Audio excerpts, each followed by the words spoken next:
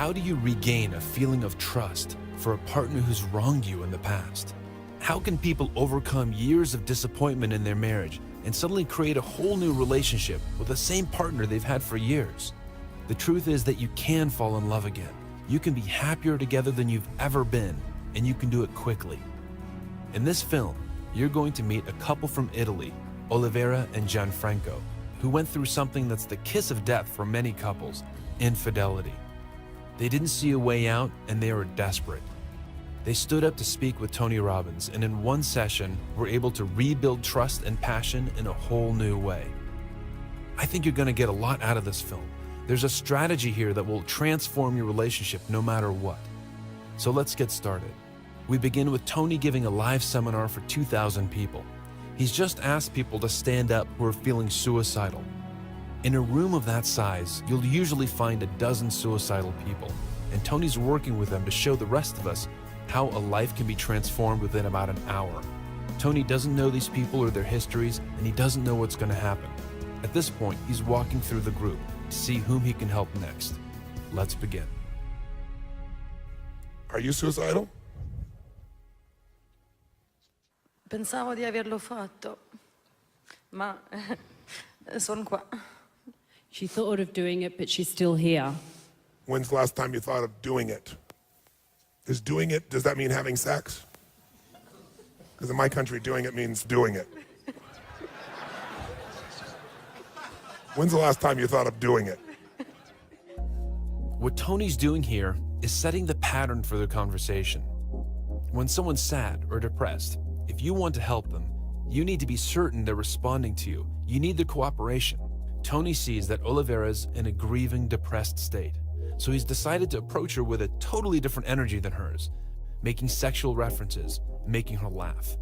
He knows that if she's laughing, she's responding to his communication, and that she'll be responsive when he needs her to take action. In the meantime, Tony's asking questions to get more information. When's the last time you thought of doing it? Are you single or married? Mio marito è qua. Her husband is here. Have you thought of having sex with him or someone else?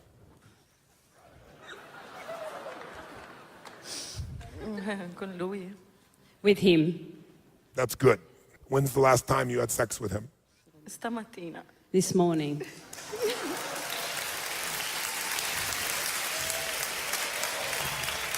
And before that? Oddio, non mi ricordo. She doesn't remember. That's right. That's why you were suicidal, but you're not going to be anymore. He's going to f*** the shit out of you. Tony's noticed that certain words and ideas make Olivera laugh, but he's also making her a promise that things are going to change for her. While Tony still doesn't know very much about this couple's story, he's already focusing on ways to help them. Was it a good sign you had sex this morning since you can't remember the last time you had before that? Era abbastanza eccitante. It was very exciting. Did you enjoy it? Sì. Yes. See, I got that one, yes. Would you like more? Oh sì. Where is your husband?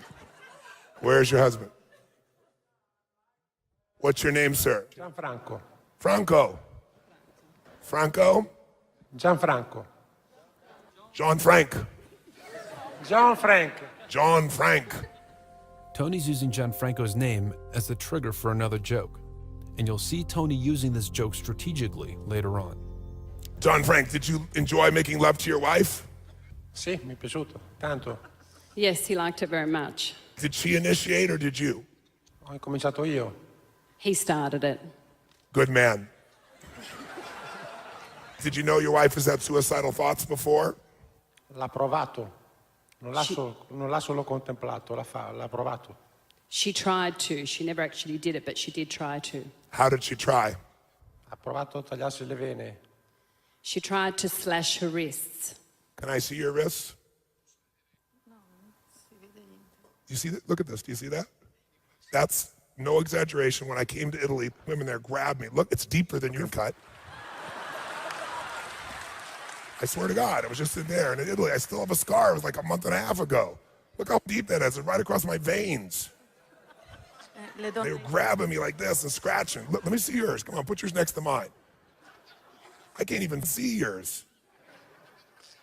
Tell me, who's got a bigger scar, you or me? È successo 6 anni fa. It happened 6 years ago. If it was a real scar, it'd still be there. Who's got a bigger scar? Me or you? Tu. Me. Yeah. That's from nails. There's a method to what Tony's doing. He's guessing that Olivera spends a lot of time focusing on her pain and the ways that she's been hurt. So he's surprising her now. Instead of giving her pity for her scars, he's sharing his scar and comparing them. What he's saying is, hey, there's a lot of ways that you can deal with your hurts from the past. You can compare them, joke about them, tell stories about them, or brag about them like they're battle wounds. I didn't know it was attempting suicide to go out and shake hands with these b****s.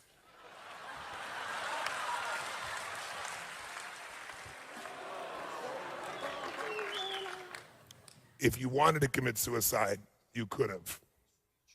True or false? È quello che mi ha risposto il mio compagno dopo che è venuto a prendermi all'ospedale. Well, now, wait, don't even tell me what she said. I already saw. I hope you saw what I saw. You don't even have to hear the words.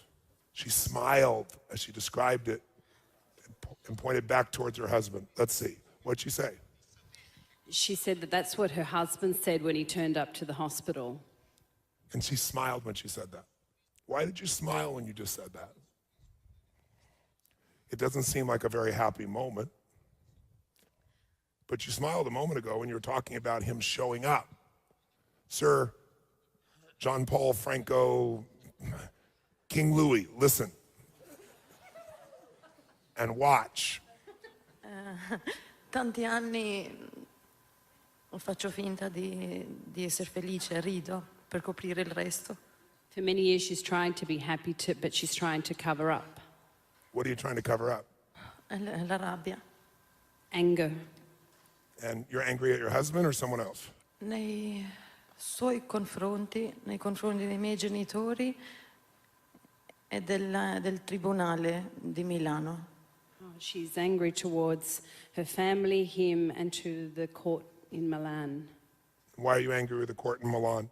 Nel 2003, quando due genitori, due adulti non vanno più d'accordo, c'è un bambino, ho preso mio figlio e sono andata via.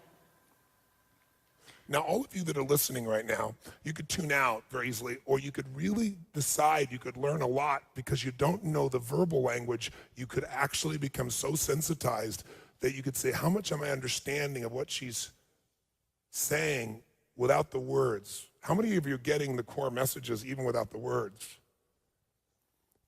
I bet you could even tell me which needs are driving her if you really, really trusted yourself a little bit. Why are you upset about the bambinos in the court? She's upset because when she went to court, with her daughter, the parents were very unhappy that she actually went to court because her husband was hitting her. This husband? No, i miei genitori a 18 anni mi hanno fatto sposare con un altro. You were married before? 18 years, her parents In Albania. forced her to marry in Albania, with someone. È nato mio figlio nel 98. Her son was born in 98. Siamo venuti in Italia per cambiare vita. We came to Italy to change our life. In 2003, the Italian law took her son away from her. E glieli hanno affidato a lui provvisorio. Basically, they gave it to the husband without recognizing her rights as a mother. It's her husband living in Albania or in Italy? Milano, Italia. He's living in Italy. How old is your son? 30 gennaio compie 12. He'll be 12 on the 30th of January. Do you have other children? Una bimba di 4 anni con il mio attuale. He's your child? A daughter with this husband. A daughter with this husband. Do you love your daughter? Sì. Yeah. Yes. How old is your daughter? 4. 4. So you think the best way to serve your son and daughter is to kill yourself because you're angry. You made a mistake. You should have given the child to me. See, I killed myself. Quello è successo nel 2003. This happened in 2003 when she heard of her son. L'altro fatto in cui mi ha spinto a farlo è stato che ho scoperto i tradimenti del mio compagno, ero troppo innamorata. Well, in the last few years, she's discovered that her husband has betrayed her 3 times, and this is why she's very hurt. This husband? Yes. That over there? Yes. Why are you smiling? Translates into Italian, huh? Does this man love you? This little over here? Penso di sì. I think so. Come with me. Now that Tony's heard Oliveira's story, it's time for a shift. Tony sees that Gianfranco has hurt her, and Gianfranco needs to be accountable for his actions. When both couples are accountable for their own choices, they can start improving their relationship. Gianfranco. Do you love this woman? Sì, l'amo. Is there any question in your mind? Non ho dubbi. No, I don't have any doubt. Why are you around? Non sto scopando in giro. I'm not sleeping around. L'ho fatto. I did it in the past. Nella fase iniziale, quando mi sono separato da mia moglie, che sono andato con lei, ho avuto dei mesi di confusione. Was in the initial Passato- initial phase of his life after he Tra just una storia separated. all'altra. Before when he met her, is in the initial phases when he wasn't really, he was very confused, and so he was still sleeping around. Before they were married? Non siamo We're not sposati. married. We're together. Oh, together. So it was in the beginning phase when he was still figuring things out. He said, well, you know, I love her, but in the meantime, I'm just going to sleep around until I really have the assurance that she really loves me. Do other people do that? Infatti io sono rimasta male perché non lo vedo normale. I don't see this as a normal thing that he sleeps around. He's an Italian man that sleeps around and that's not a normal thing?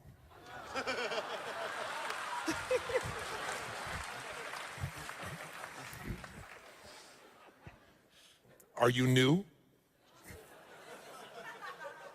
I'm not saying it's right, but I'm just saying, Avevo is that not a pattern in the culture? Is not the president of the country around on a regular basis? And so you're surprised that a man that does not yet have your total commitment to him would actually engage in sexual relations with other women. Io ero incinta. I was pregnant. With his child? Yes. Asshole. Gianfranco, Gianfranco, Gianfranco, Gianfranco. I'm renaming you dickhead from this point on. So you weren't sure if she was committed to you even though she was carrying your child? You're slow, is that the deal? Io non riesco neanche a ricordarmi tutta questa fase. I really don't even remember all these things.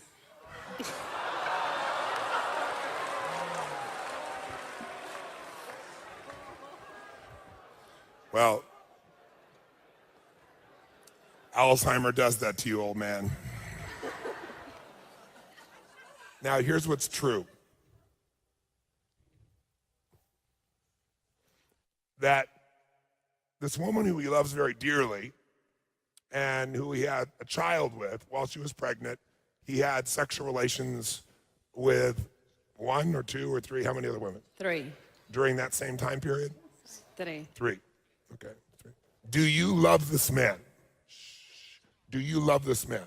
Sì, See. Does he love you? Tell the truth, don't with me. penso di sì. I think so. Okay, that's called prove it to me, bastard. Does she believe he loves her? Yes or no? Absolutely she knows he loves him. She just hates the behavior. Don't you? She fears and hates that behavior. She loves him and she knows he loves her. She's just scared. True or false? Sì, C means true. giusto. True? Yes. So, you have 2 people love each other. Now, it's easy to call him a dickhead, but you have to remember that in reality, people do whatever they can to survive, to meet their what? Based on their blueprint and the meaning it gives them at the time. So, the last thing I would endorse was this man's behavior. But if you and I want to more than judge and actually influence something, we have to understand and actually appreciate it without judging it. How many follow? For her to ever feel certain, she probably has to be able to find a way to understand that no matter how thin you slice it, no matter how horrible he looks to us, there are two sides to everything. The first step of relationship healing is for both couples to hold themselves accountable for the relationship. This doesn't mean that Olivera is accountable for 50% of the relationship and Gianfranco the other 50. There's no room here for partners to be making excuses or saying that's not my job. None of that works in an intimate relationship. Being accountable in a relationship means that Olivera takes responsibility for the entire relationship, 100%. And Gianfranco is also responsible for the entire relationship. Being accountable means taking ownership of the results you're producing, being honest about your mistakes, and always focusing on what's working and what you can do better. The second step of relationship healing is meeting each other's 6 human needs. In our way of working, there are 6 human needs that are responsible for virtually all human behaviors and decisions. These are needs that we need to meet on a regular basis, no matter what. The first need is for certainty, the ability to be safe and comfortable. This is a primal survival instinct, and when we don't feel certainty, it's hard to focus on anything else. And you'll see that this is a need that Olivera focuses on way too much, and it's responsible for a great deal of her troubles. The second need is for variety. In order to feel fully alive, we need to experience change, emotional shifts, new ideas, movement in your body. The third need is for significance. We all need to feel special, needed, and worthy of attention. The fourth need is for love and connection. We all need love, but many of us will settle for connection, the feeling of being connected to someone, or belonging to a group, or even just connecting with yourself. The fifth need is for growth. You need to keep on expanding and growing, or you start to die. And the sixth need is for contribution beyond ourselves. These first 4 needs, certainty, variety, significance, and love and connection, are the needs of the personality, and we all meet them in some way. We literally can't live without them. The last 2 needs, growth and contribution, are the needs of the spirit. And even though most people don't focus on them, they're the real secret to lasting happiness. Now, when you're in a couple, it's absolutely essential that you're aware of how you're meeting your partner's needs.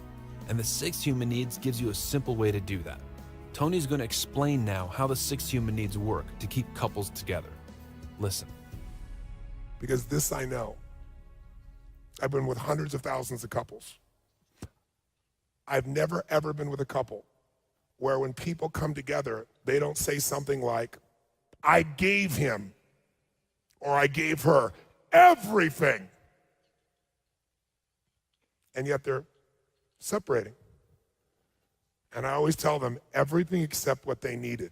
Raise your hand if you got that. So if someone is not with you, your need for protection and your fear you're not enough will make you find a way to blame them or blame yourself rather than just figuring out what's been missing. I've never been with a couple where someone came and said, oh my God, whenever I'm with him or her, I feel so certain that he or she loves me. And I feel like the most important person on earth to them. And we have so many surprises. I never know what he or she's going to do. It's so exciting. I feel important, significant. I know I'm the most loved person in the world to them. We're always growing. We're always giving. I'm just going to leave them. It's impossible. Remember I told you when anytime you associate a thought, a feeling, or emotion to meeting at least how many needs? It becomes an addiction. If you meet all 6, you have a love slave. They cannot leave you. They cannot part from you. They cannot do anything but think about you every moment. But most of you want a love slave without meeting people's needs. You want to meet the needs they have the way you would meet them, not the way they need them.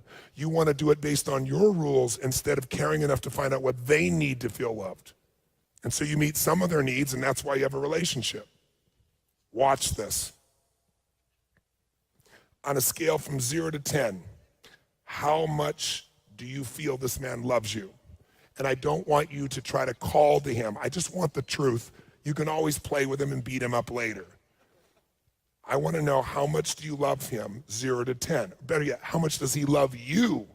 0 is not at all, 10 is he truly loves you. Tell me the truth and don't f with me, I don't have time. The first way to use the 6 human needs to transform your relationship is to simply understand the levels at which the 6 needs are being met. You ask, how am I meeting my partner's need for certainty? Put it on a scale from 1 to 10. How am I meeting my partner's need for variety? How am I meeting their need for significance? And how am I meeting the needs of love and connection? Are we experiencing growth together? And how am I meeting their need for contribution? Go through this exercise quickly and write down the first number that comes to mind. Don't hesitate, be spontaneous. It will show you a world of things that you can improve in your relationship. Now Tony's asking Olivera to tell him how much Gianfranco loves her, 1 through 10. It should be a simple answer. Let's see what happens. A dire il vero, sono confusa. I'm confused. She's confused. So why is Tony celebrating right now? It's because he teaches that when you're confused, it means you're now open to finding new solutions to a problem. It seemed like a simple question, so I'll ask it again. How much does this man love you? 0 to 10. 0 is not at all. 10 is he really, truly, absolutely loves you, even if he's a dickhead sometimes. Non lo so, I don't know. You don't know in this moment, or you don't know? non lo so. I don't know. Da tanti anni che cerco il suo aiuto a recuperare e farmi avere un po' di fiducia nei suoi confronti, ma non lo fa. In many years, he's telling me to trust him, but I still can't trust him. I'm not asking you to trust him. I'm not asking about even staying with him. I'm asking, how much does he love you? Non abbastanza. Not enough. I know that, but I want to know how much he loves you, even though it's not enough. I'm not asking about his behavior. I'm asking about his heart, when he isn't screwed up in the head.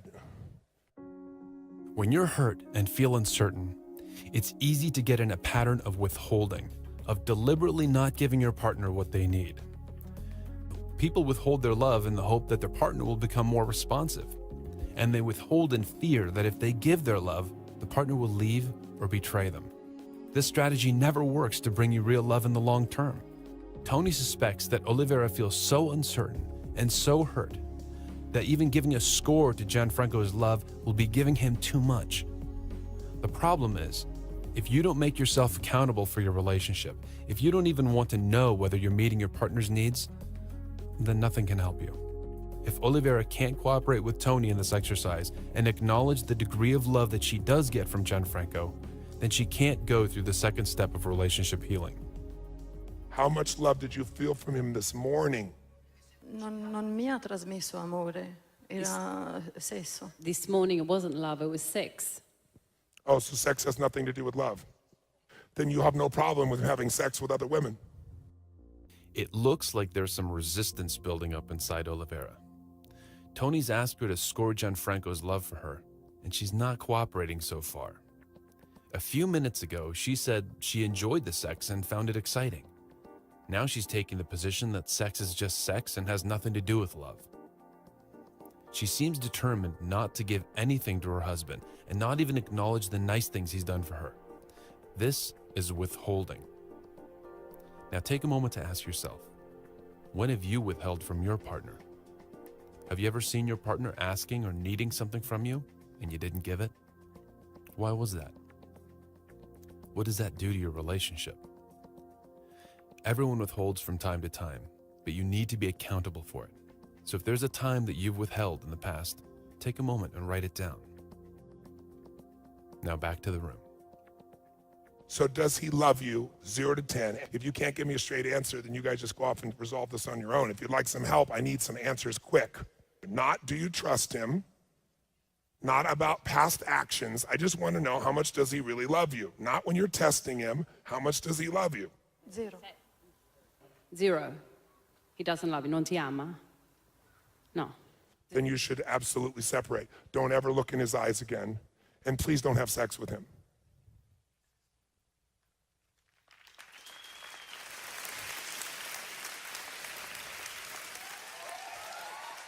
Have a seat. Thank you very much.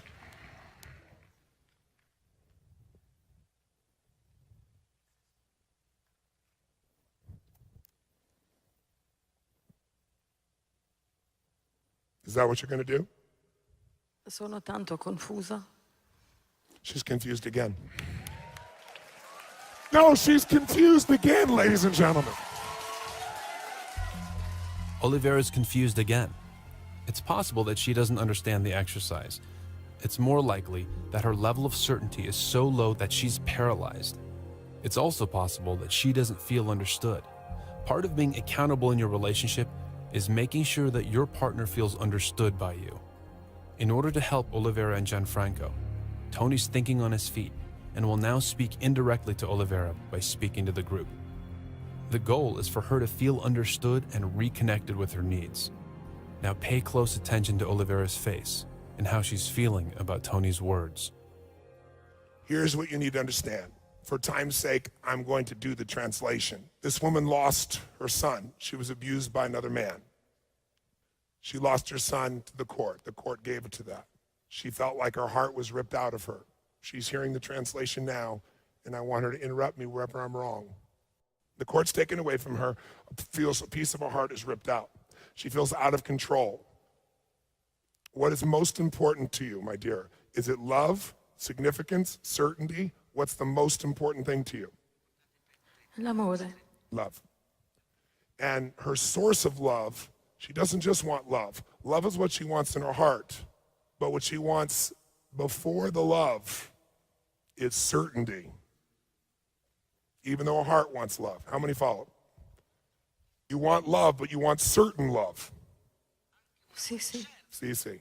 That's yes.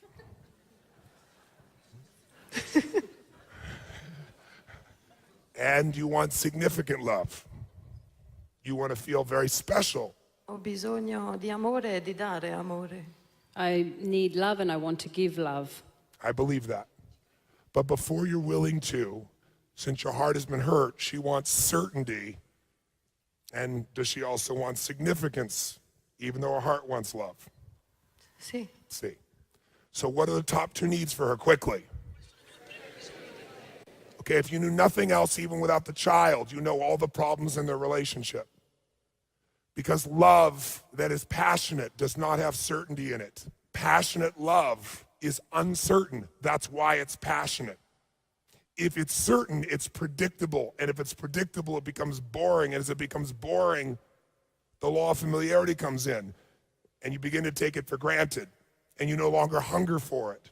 So she has always looked for love with certainty. Most women get this, they believe, through a child. Because they believe a man may leave me or cheat on me, but the child won't. The child will always love me. The child will always be there for me. Clearly, they've never had a 16-year-old when they're making these decisions.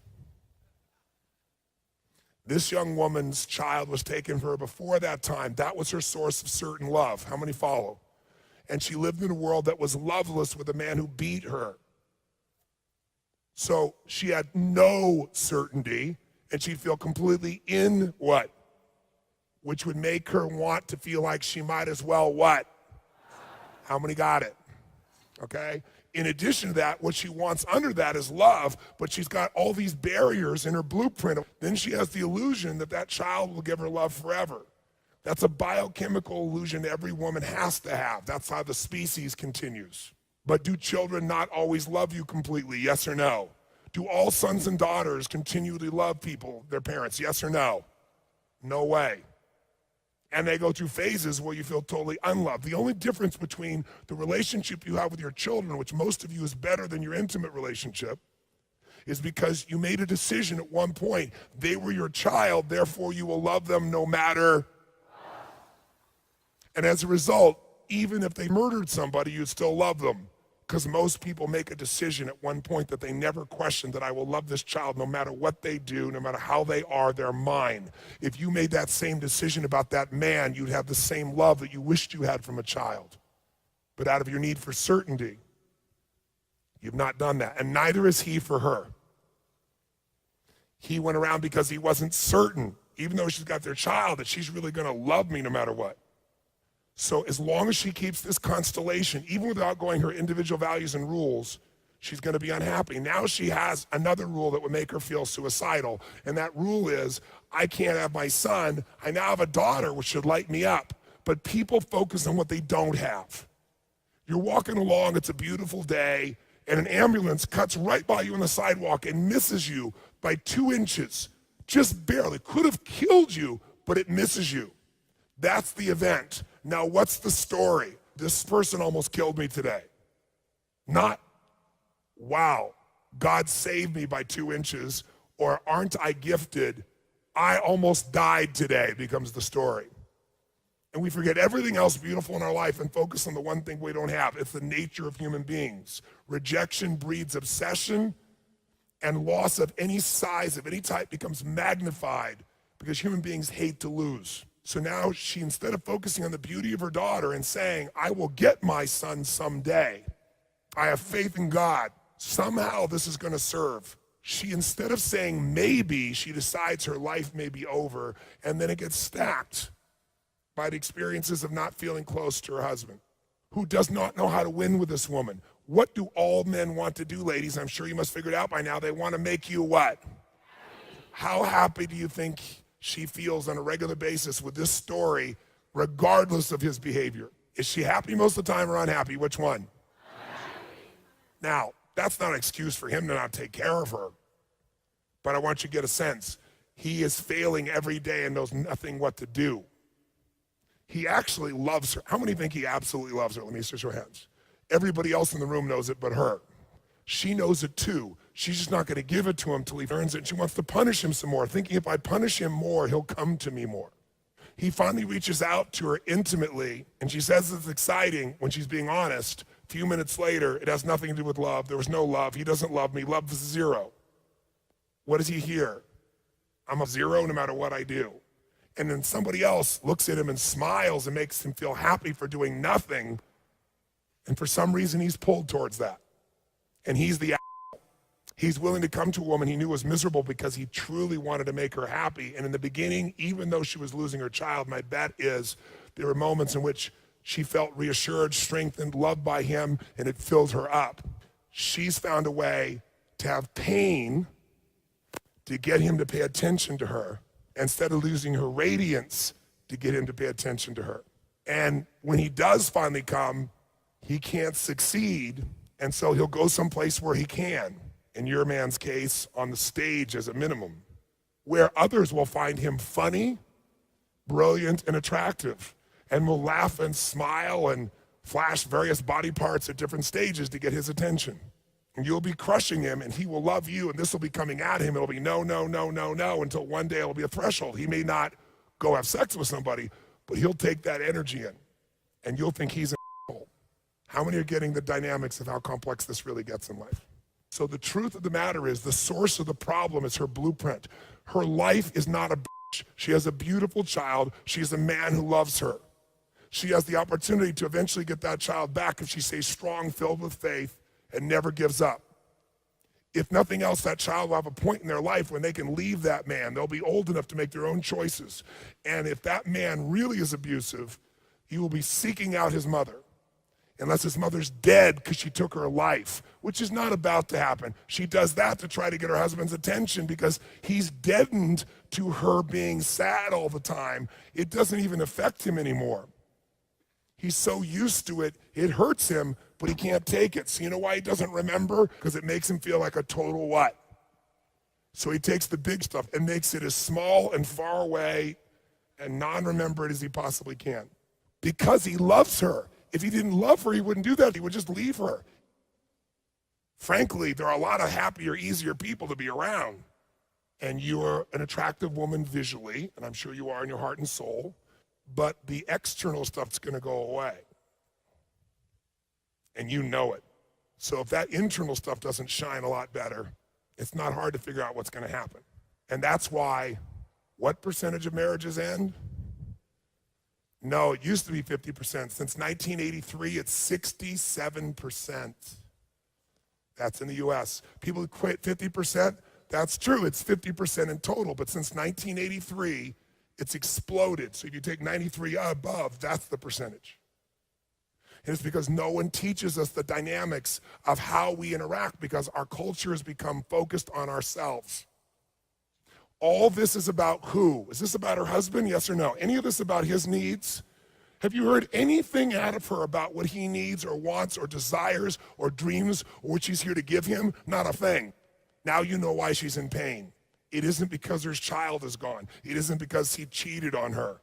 It's because all she focuses on herself and her own wounds. If she got out of herself and focused on her husband or a mission or her daughter or all the above or the things she's grateful for in her life, she would light up like a Christmas tree and she'd have moments she was sad about her son, but she'd know somehow together we can do it. And I bet that man would bust his ass to work with her to find some way to get that boy back.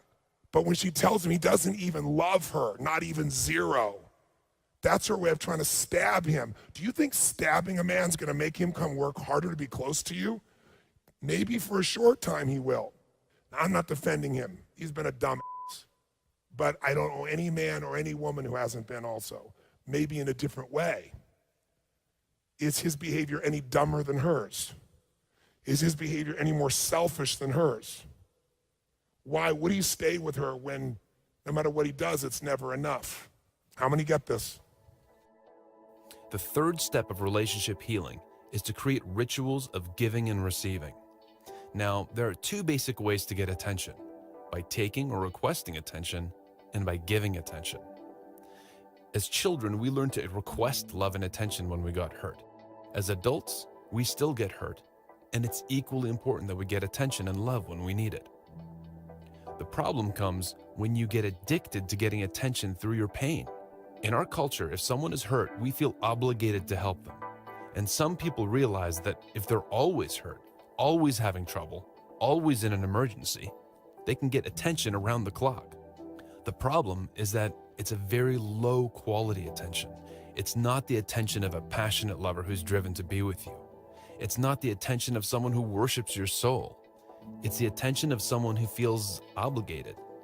So Tony's goal here is to educate Olivera and Gianfranco in the art of giving and receiving. So far, Olivera has refused to acknowledge Gianfranco's love. She's withholding. What she needs to understand is that it's much more powerful to influence him if she's actually meeting his needs. She'll actually experience more certainty and control in the relationship if she rewards him by thanking him, smiling at him, showing him affection. This will get his absolute attention. It's the attention of a passionate lover, it's the attention she really wants, and it's the best way for her to meet both of their needs. So back to Tony, who will start this process by talking to Olivera about the sources of love in her life. Watch how this affects her. I feel for you. Because I feel for you, I can't let you live in this pity pot anymore. You can choose to stay in this pity pot. You got a son out there that someday is going to seek his mother and actually love her more than if she was there every day, because we all desire what's been taken from us. He will hunger for you more than if you're with him every day of your life, assuming you're alive. You have a daughter that needs you right now, that lights you up when you even think about her. True? You have this man, Gianfranco Smanko, who when he got to be here in the seminar and start to own himself again, wanted to get closer. I think he loves you and wanted somehow to get closer. And you said it was very exciting, but you can't remember the last time that was there. That tells me he's not paid as much attention to you as you want. By the way, how much attention does she want? When does she want attention? All the time. True or false, ladies? Come on. True. Make some noise. Now, there's two problems with that. First, men don't have that much attention. They don't. Their brain works different. Because her idea of attention also is she would talk to him about all her, ladies, all her what? Problems. And here's the worst part. He might be willing to do that, but she doesn't really want to solve them. Now, gentlemen, who knows what I'm talking? Make some noise if you know what I'm talking about. So let me see. You want me to listen constantly while you talk about what's f***ed up and can't be solved, even though I know I can help. And I'm an asshole if I don't do that on a daily basis. Okay, that's really helpful for me to understand. I think I'll go to work. In order to be effective in giving and receiving attention from your partner, it's important to understand the different attention styles of men and women. So Tony will now explain how to understand the attention style of the opposite sex. You like to share with other women every detail of what's going on because you're a gatherer, not a hunter.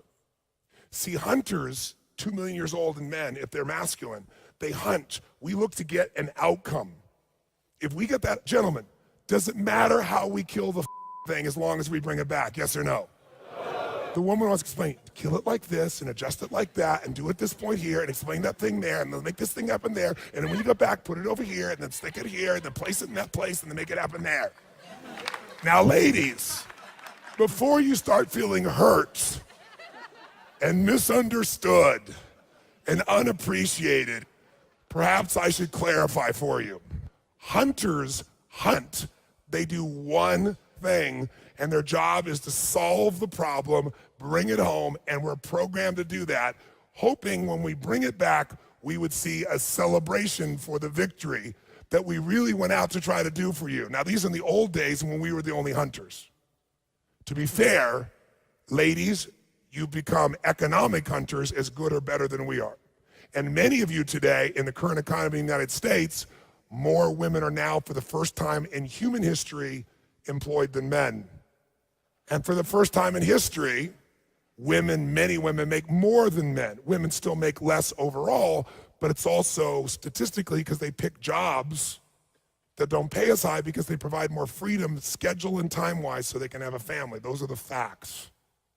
Now, some women get in very aggressive, difficult jobs, take the same risk, they make the same amount of money. So if we took away the story and we stopped judging and we went back to the genetics, we'd say, hunters go hunt, and they have 2 questions whenever you're talking. Question 1, what's the point? And they have a hard time finding it when you're speaking very often. And here's why. Gatherers are not hunters. Gatherers have to do something different to survive. Gatherers have to walk around and truly think about this. Gentlemen, you got to understand this so you appreciate your woman at a different level. Gatherers have to walk around and figure out where the berries are, where the food is, everything else. And as they're going, they got to remember it all because they have to get back to that exact spot where the fruit is, the exact spot, but also at the exact right time. Because otherwise the bats or the other animals get it. You got to get it right at the right time or the family doesn't survive. How many follow this? Say aye. And so when they come home, since they're also the weaker physically, and many women will get mad at this, but genetically, there's no question, pound for pound, who is stronger, a man or woman, physically, not stronger spiritually, mentally, emotionally, just purely structurally. True or false, ladies? Okay? So as a result, they have to go out and remember where everything is, and they come back and they want to share with everybody the information, because if I don't share it, if something happens to me, the tribe dies. So they have to come tell everybody. So they come and they have what we would call, a woman who shared this with me years ago, taught this to me, she goes, it's like we have these berry markers. We have to find where all the details, and so we come back, we remember those details. Not only do we have berry markers, but there's markings. We gotta know which berries to pick that you can eat, which ones will kill you.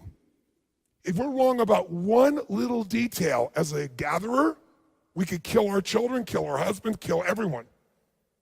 So details are 1,000,000 times more important genetically in every woman in this room, because you got to be able to mark where it is, what time it is, where's the point in time, and you got to be able to tell which one's the right ones, the wrong ones, and process is very important to women, because I got to process these berries properly, because some of them, if you cook them too much, they're acid. If you don't cook enough, you'll die. So what, when, where, how, and every little detail of the process is life and death. And it must be what? For the survival of the species, it must be what? Shared. So women come And they tell men in detail what the to do. Now, men are hunters. We don't need to remember that the animals are moving all over the place. We got to be able to change constantly. They change constantly. There isn't one place, one location, one element. Anyone will cook it. So we just want to get the job done. And while you're explaining it, we could have killed 3 deer. It's not disrespect for you, and it's not your disrespect for us. We're doing what we're genetically programmed to do for 2 million years in the animal part of our system. So here's what women do, gentlemen, and this is the part you don't understand. They come and they start talking, and they're giving you what they learned out there in the meadow. We call it the meadow report. And they tell you every detail you could possibly never want to know in your lifetime times 10. Sage Robbins, where are you? My wife, are you in the room?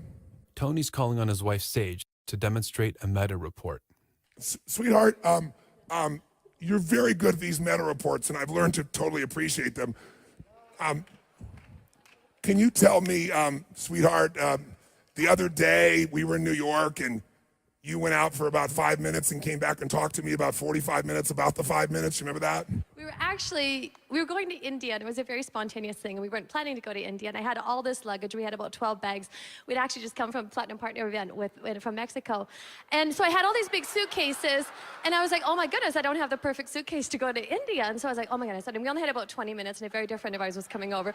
And I was so hungry. This is a true story. I was starving, and I was like, I don't have time to get lunch, but maybe I'll have time to go to Starbucks.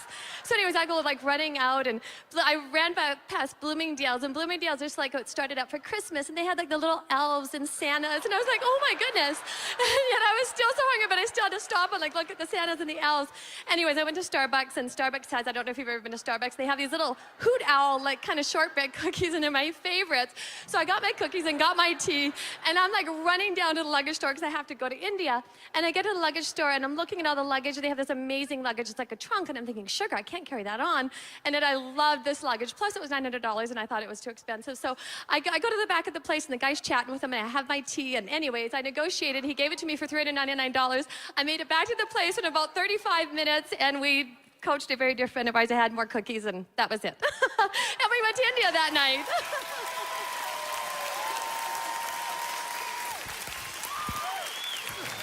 Now, It's a true story, and this was just like 2 weeks ago.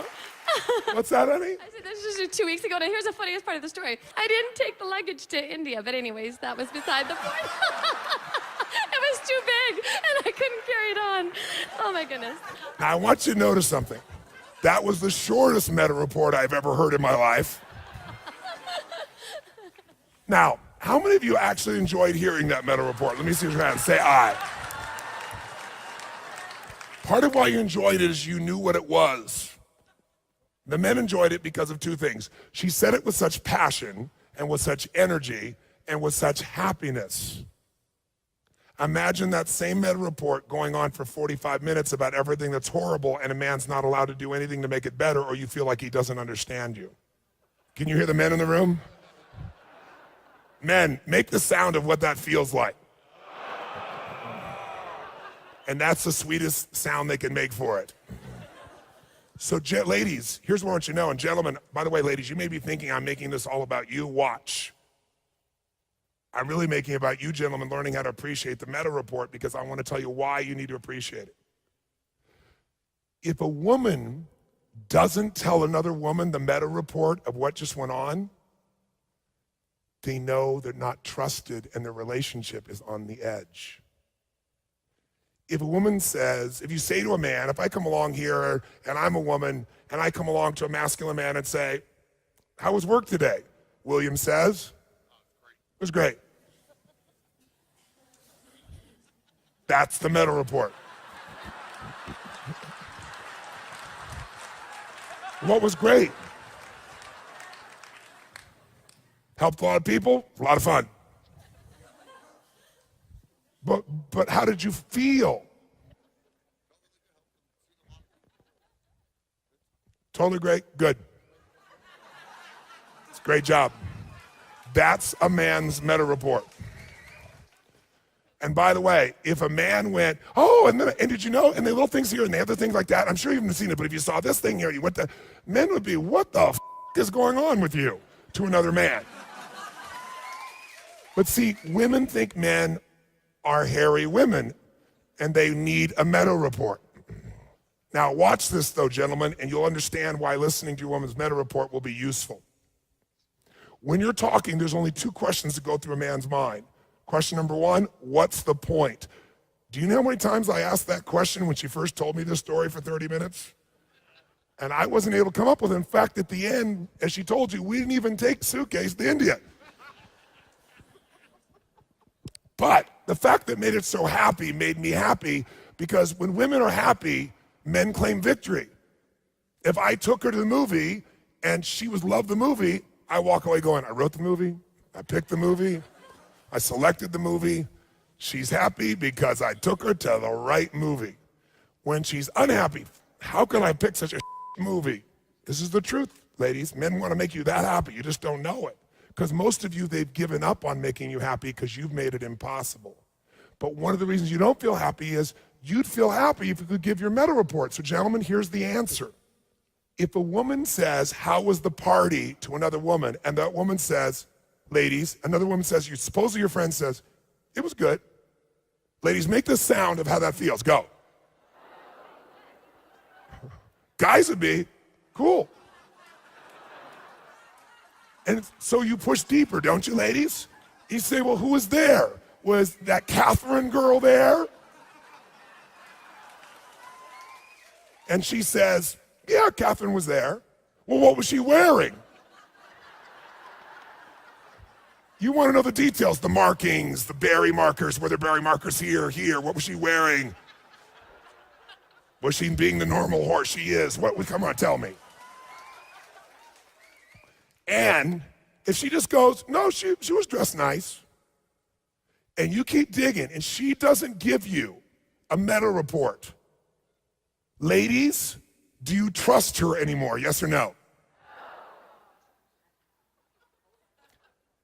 When you go to your man and ask him about what he just did and he gives you no details, you think he's a woman that's hairy and you shouldn't trust him. Men don't give meta reports. Gentlemen, do you agree with me on this, yes or no?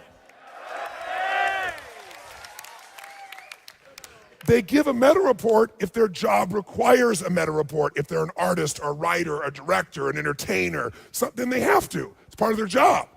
But when you see them off the job, they don't give meta reports. You don't trust them because he doesn't give you those details, and he feels your lack of trust and doesn't know where the it's coming from, and feels rejected, which is the thing he'd rather die than feel. And then someone else will, like most women do when they first meet, they don't uncork and do all the talking. They ask and let him talk and talk and talk, and he goes, holy shit. She was smiling the whole time, she was happy. I was talking, not much either, I didn't have to talk much, and she was happy. But those days don't last very long, do they? So gentlemen, here's the deal. You go to your woman, gentlemen, how long, by the way, ladies, men too physically process different than women. Women process both hemispheres of the brain simultaneously. That's why a woman never forgets anything. Because she doesn't just remember the words you said, she attaches an emotion to it so she'll remember 20 years from now and remind you again. Men just process in one hemisphere, and they have less data storage. That's a fact, less connections. So there's only so much that they store there unless they train their brain differently. We can all train our brains differently, but it takes a lot of practice. So most men, how long, if you truly are interested, can you stay focused on a story with no point? Ladies, I want to ask you, am I being harsh? Ladies, do your meta reports really have a major point? Yes or no? No. All you want to do is share all those details. Yes, it has a point for a woman, where you're genetically sharing the most important things like location, and it was in New York, and it was at, on 6th Street, and it was between the 2 Starbuckses, and it was this little thing, and it was a cup this side and the berry thing here because this one will kill you and that one will save you. It's very important for a woman. But for a man, none of this is going to help me hunt. None of it's going to help me take care of you. How many follow what I'm talking about here? So men are looking for a point. And by the way, I know some of you actually think there is a point, but that's feminine logic. So man's going, what's the point? You can't find one. Gentlemen, how long can you focus on a story with no point? Give me a time period, just honestly, outside. Raise your hand if it's less than 10 minutes. By the way, are we talking about a woman or any story? Say it again. Has nothing to do with you, ladies. You're taking it personal. If there ain't a point, we're out of here because we're asking two questions. What's the point or how can I fix it? Those are the two things we're here to do. And you don't have a point and you don't want us to fix it. That's confusing to us. So ladies, I've done research in 100 countries. The most men will ever tell me they can listen to a story. I don't bring women into it. I'm doing a shortcut because of time here. The most men will listen to a story, the most, is if they worship the other person 15 minutes max, and that's when they're dating. So here's the deal. You say, honey, I'd like to share with you my meta report.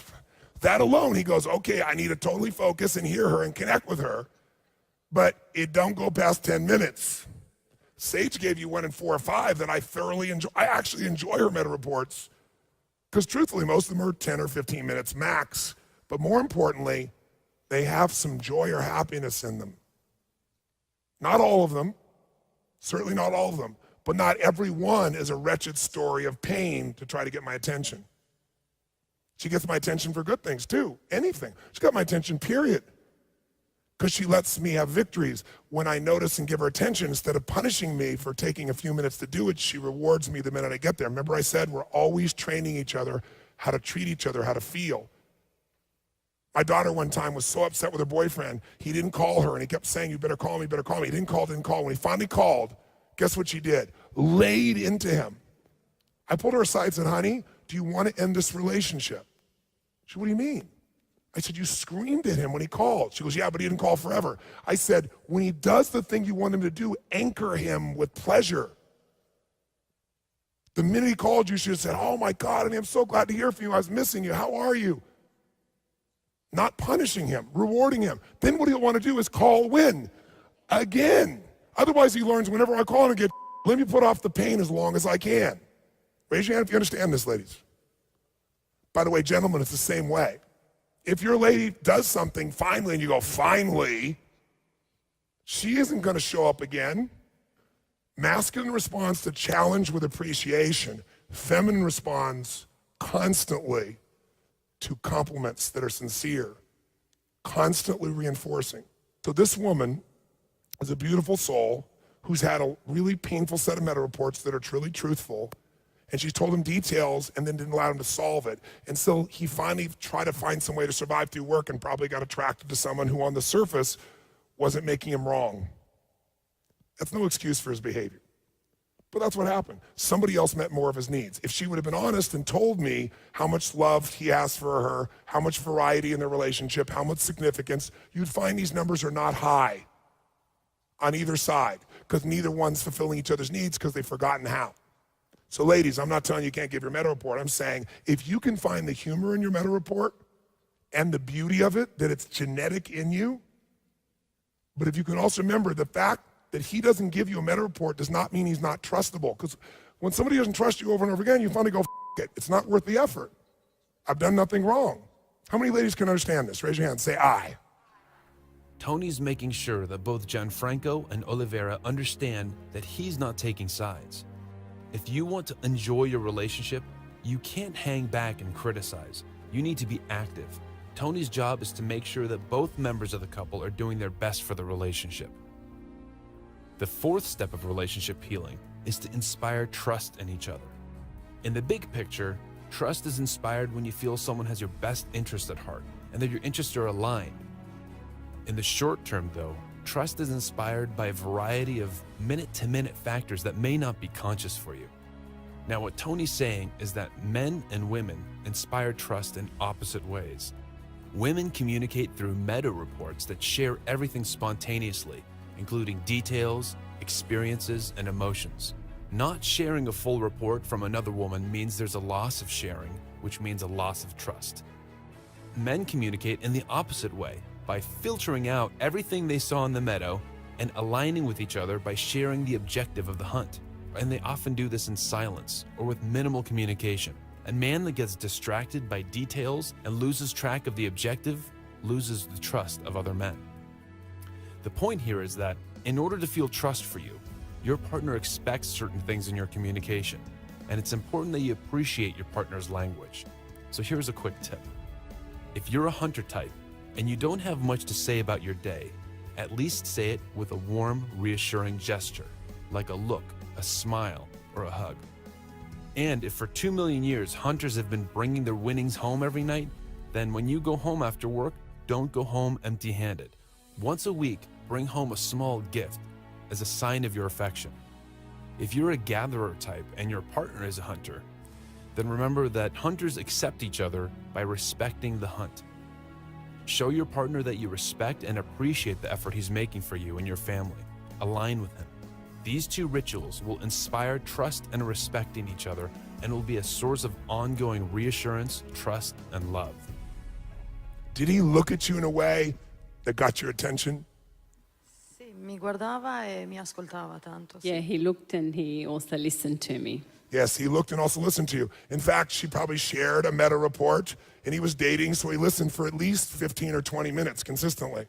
He wasn't being deceitful. It was just the first time he'd heard it, so it was still fascinating.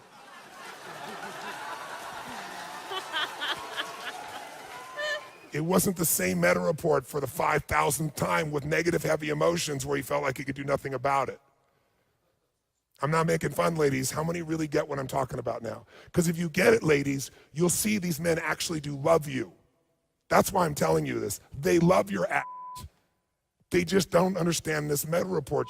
And you think they're not trustable because they don't give it to you and they don't listen to it. You think they don't understand you. They don't understand the structure of how you communicate. They understand you more than you think. If she feels that in this man is strength, strength can come in the form of a bad boy. Strength can come in the form of a man who feels like he owns himself, that nothing can take him for what he's focused on. Ladies, if you agree that is the absolute killer quality, make enough noise so every man in this room hears it, please. Because gentlemen, now that ladies think I'm not on their side, some of them and others now know I am on their side. How many get that I'm on your side, ladies? 100%. For those of you who don't think I am or think I'm just making generalizations about you, let me help you express yourself to men so they understand the real problem. That no man in this room who's masculine has any full appreciation of, not because he doesn't care, because he has no experience like you, because he's not a hairy woman. Ladies, I want an honest answer. How many of you have had a time, sometime in the last month, where you were someplace by yourself or even with someone else and you had a moment of concern for your safety, either walking out to a car at night, going underground to a parking lot? Raise your hand if you've had moments where you actually feared for your life. Raise your hands. Gentlemen, if you look around the room, it's about probably 95% of the women in the room. I think that would be a conservative estimate. Ladies, how many have had that experience in the last 2 weeks? You've had an experience where you had that fear. Raise your hand. In the last 2 weeks. And now we're at about 45 or 50% of the room. Who's had that experience, ladies, in the last week before you got here? In the last week before you got here, you actually had moments where you had fear for your safety. And we're about 25 or 30%. 25 to 30% of the women in the last week have had this. 95% have had it in the last month. Gentlemen, if in the last month you've had fear for your safety, gut level, like, oh my God, survival fear, raise your hand.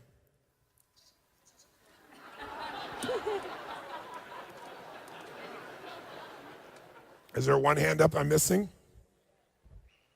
Okay, one person, one man, 2 men, 3 men, 4 men. 4 men out of 1,000 men on average.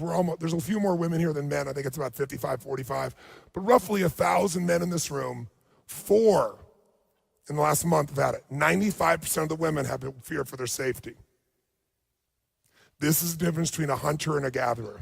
Women have been preyed upon as gatherers forever.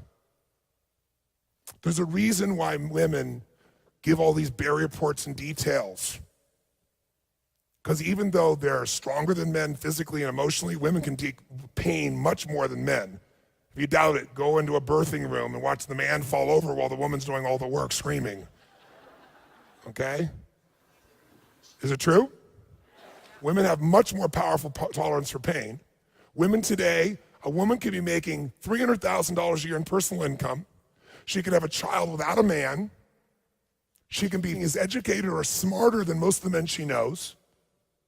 And yet some part of her genetically still is looking for someone to give her a sense that she is protected. Ladies, if that's true, make some noise.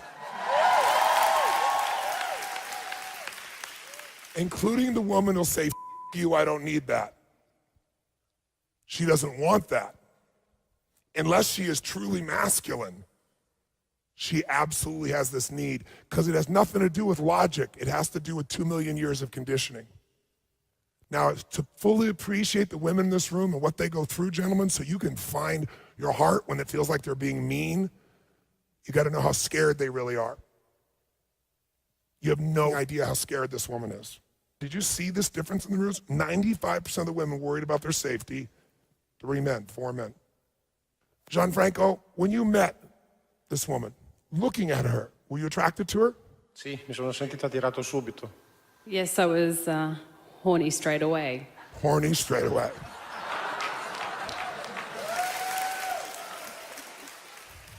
Sì, See, were you very attracted to her? ho lasciato mia moglie dopo 2 mesi. I left my wife after 2 months for her. Now we understand Oliveira's deepest fear. The fear that if Gianfranco left his former wife for her, then he might leave her for another woman. Tony's going to address that fear by showing her how to truly attract and influence Gianfranco in a way that will make both of them happier and more passionate. Now, this man left his wife, and I'm not going to take the time to get under it all, but I can tell you why he left his wife. I can tell you beyond a shadow of a doubt. He left his wife because they both weren't meeting each other's needs. And the reason they did it is he couldn't figure out how to continue to make her happy. Now, you could say, well, she was unfair, she was that, but I guarantee you, under it all, beyond all those judgments, is they didn't fulfill each other anymore. And I bet in the beginning, she was attractive to him, sensual to him, and sexy to him, because most women do that in the beginning. Either way, it's people not meeting their partner's needs. It takes 2 to tango. The next piece is radiance. Radiance is, because you're confident and you're passionate, radiance is this energy about you. There's a honesty to you. There isn't a facade. It's not a manipulation. Radiance would never say, how much does he love you, 0 to 10? If she answered authentically, maybe a better word than radiance is authenticity, because authenticity creates radiance. It's not that you're always happy. It's that you're authentic. So even if you're unhappy, you're totally unhappy and passionate about it. If you do that, you won't stay unhappy forever, will you, ladies? If you fully express your feeling, does it change? Yes or no? How fast does a woman's emotion change if she feels like she fully feels the feeling? How fast, ladies? Gentlemen, have you ever seen a woman, she was like totally happy, and then all of a sudden she's so angry and you're like, I did nothing? How many guys have been through this? Say aye. You don't have to do anything. If you do nothing, their emotions will change, because that's the beauty of the feminine. The feminine can change radically. Men get stuck. Today, women get stuck because they become like men. They no longer flow with all their emotions. But when you're confident and you're passionate, ladies, you're authentic and you fully feel, and as a result, you radiate. Even a woman who's crying, a man can be pulled through when it's authentic tears, not manipulation tears. Gentlemen, how many have ever had a woman totally upset, angry, whatever, and then she started to cry, and you're like, oh, because you got to help her. How many men in this room? Make some noise, gentlemen, go. Because every man, ladies, what you don't get about us is we're called to take care of you if you're authentically there and not criticizing us. We want to more than anything. We want to make you happy. To see you sad kills us inside.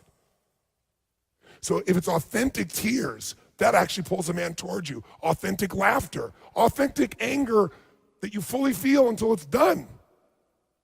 It's all of a manipulation that you see she did over here and wasted 45 minutes of our time to try to get to just tell me the truth that every one of you in this room knows. You know she knows he loves her or she would have left and then wonders why he's not honest with her. By the way, how much confidence has she displayed? How much passion? How much authenticity even? 0 to 10, how much authenticity we've gotten out of her and all the time we've been her. Give her a number. Ladies, no men vote. Ladies, you vote. 0 to 10, authenticity.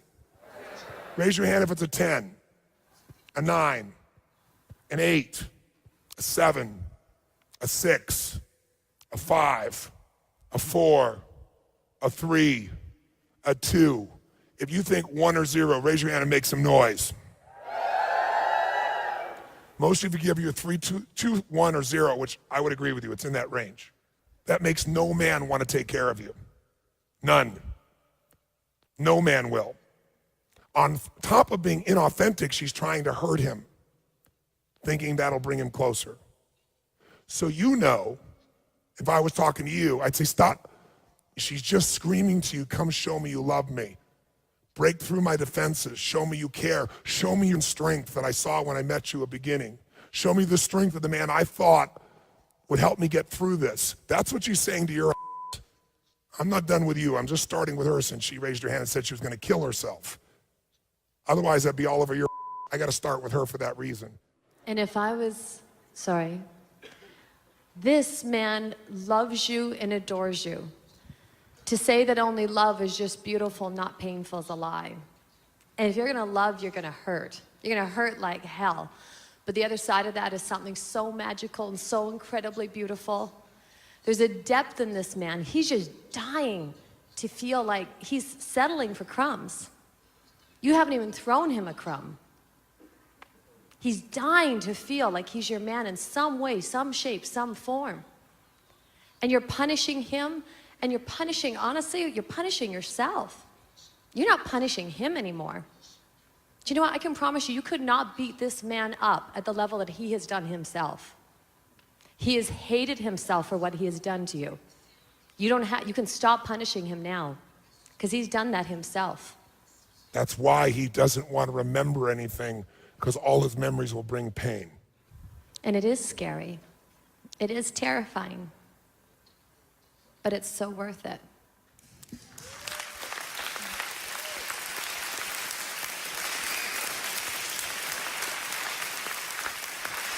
We didn't get here just by perfect, rosy, frolicking times. That shape, we had this amazing love and we've had beauty, but it's been the pain that's given us depth, that's given us that richness. And if you can love through that, there's a strength and there's a bond like nothing you will ever know. You will own that man's soul, but you have to open. The only thing that will end a relationship with a man is when you close to him. When you open to him, he will die for you. This woman, open or close to this man? Which one? Quick. Completely closed. It's not your size, it's not your shape, it's not your age. It's your radiance, it's your openness, it's your femininity that will make you own any man you want to own. But when you shut all those off, don't be wondering why A, you're miserable because you're not being your true self, and B, why he's not running here to take care of you. The real problem is she's focused on only who. That's the problem. It has nothing to do with him.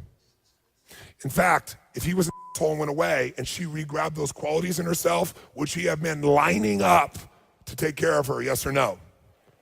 No question about it. We're still on the fourth step of inspiring trust.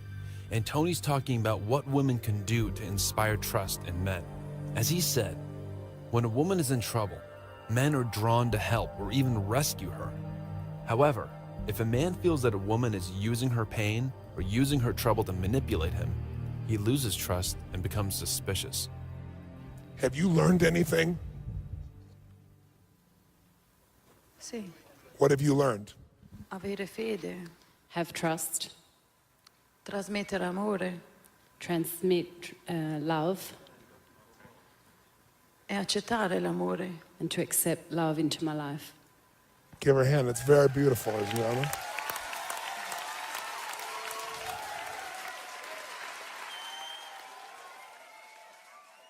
I'd like to ask you a question again. John Franco, please come back over here. You've been a very good sport today. You've stayed present when a lot of things were said very harshly about you. You didn't take them personally because you've already judged yourself much harder. I saw it in your eyes. I respect you as a man. Not for things you've done. I've done stupid things too in my life. Most people have. I respect you because I know you love this woman even when she's given you none of the things you value, except you know her soul. I want to make sure tomorrow you know how to succeed with her. But I will tell you one lesson that is the only and most important lesson of all. Even if you're not a bad boy, even if you're not the strongest man on earth, if you will be present with her, that's the power that men need. Openness. Openness means, ladies, you accept them. You can't criticize them and be open to them. If they're accepted, and I know this sounds sick to some of you, if you actually at some level look up to them. You want to be looked up to, but you don't want to look up to them. If that person feels like you respect them, you honor them, you accept them, you will own them as long as you stay open. You will own this woman if you can be present in the middle of your deep fear you don't know what to do. Present means you can look into her eyes, and when she's having the most pain, instead of going, oh my God, I don't know what to do, then no, she doesn't need you to do anything. She needs you to be there for her and just feel her and love her. So I want you to try something. But before you do it, I want to warn you. Right when you finally pierce her and you get through to her, she'll get scared and she will kick you in the balls verbally. She will test you. It won't be because she doesn't love you. It'll be because she's scared, because she lives in a world that she has to worry about her safety. Something you never think about. If you can remember she's scared when she seems harsh, and you're strong enough to help her get through the fear by staying there for this soul, this woman, this little girl, then whenever she says, he doesn't love me, you grab her and go, I worship you, you can't get away from me. Look what that does to her. That even translates through English. She even gets it. You get it? If you can do that, she will die for you because she feels you'll die for her, and you two will go deeper. And all that you've been through will be like a bone that was broken. When it heals, it becomes the strongest bone in the body. Stronger than if it had never been broken. That's a physiological fact in the body, and it's a truth in a relationship. Most of you in business know that if a customer's upset and you find a way to make it better, your relationship will be stronger with that customer who was once upset than if they'd never been upset. True or false?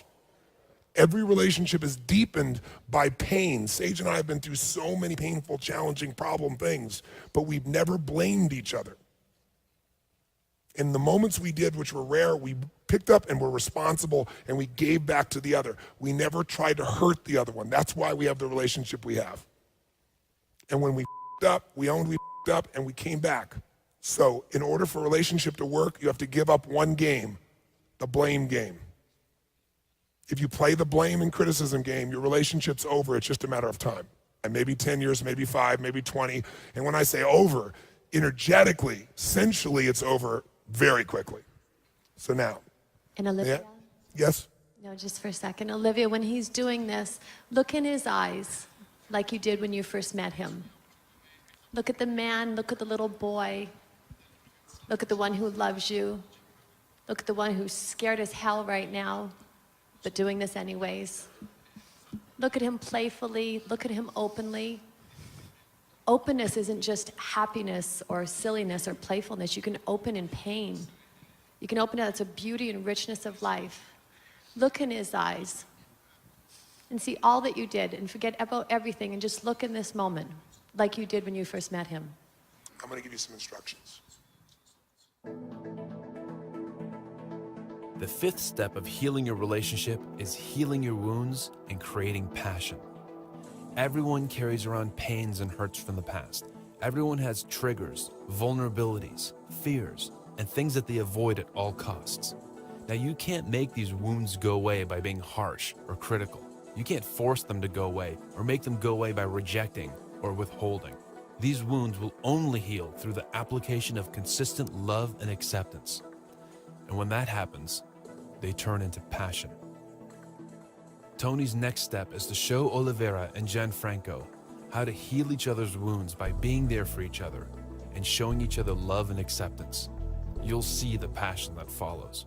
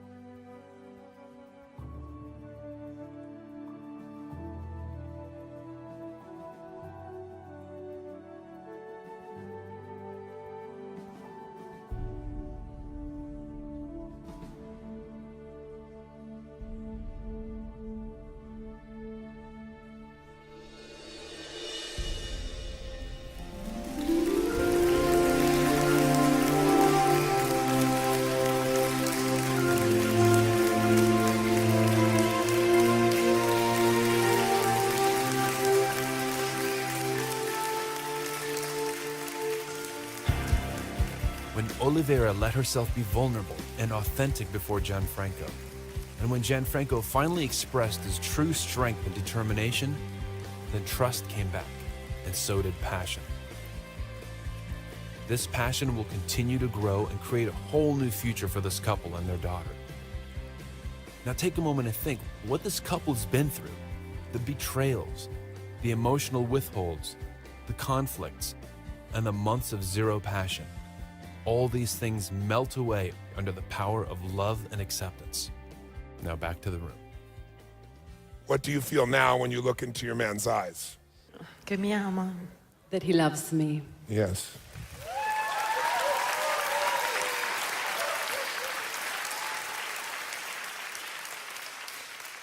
May I ask, on a 0 to 10 scale,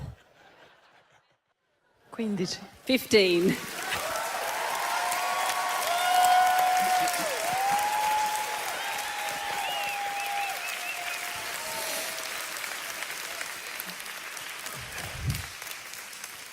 he always has.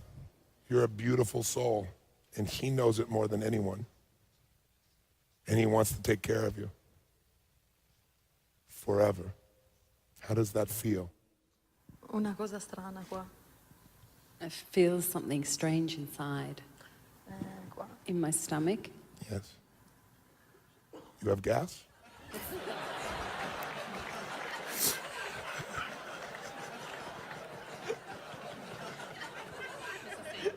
Sarà certezza in questo momento.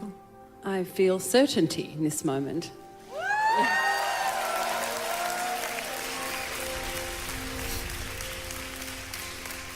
When in doubt, pull her closer to you. When you're scared, I watch what you do. You pull back, pull her closer. Bring her strength. It'll f her up.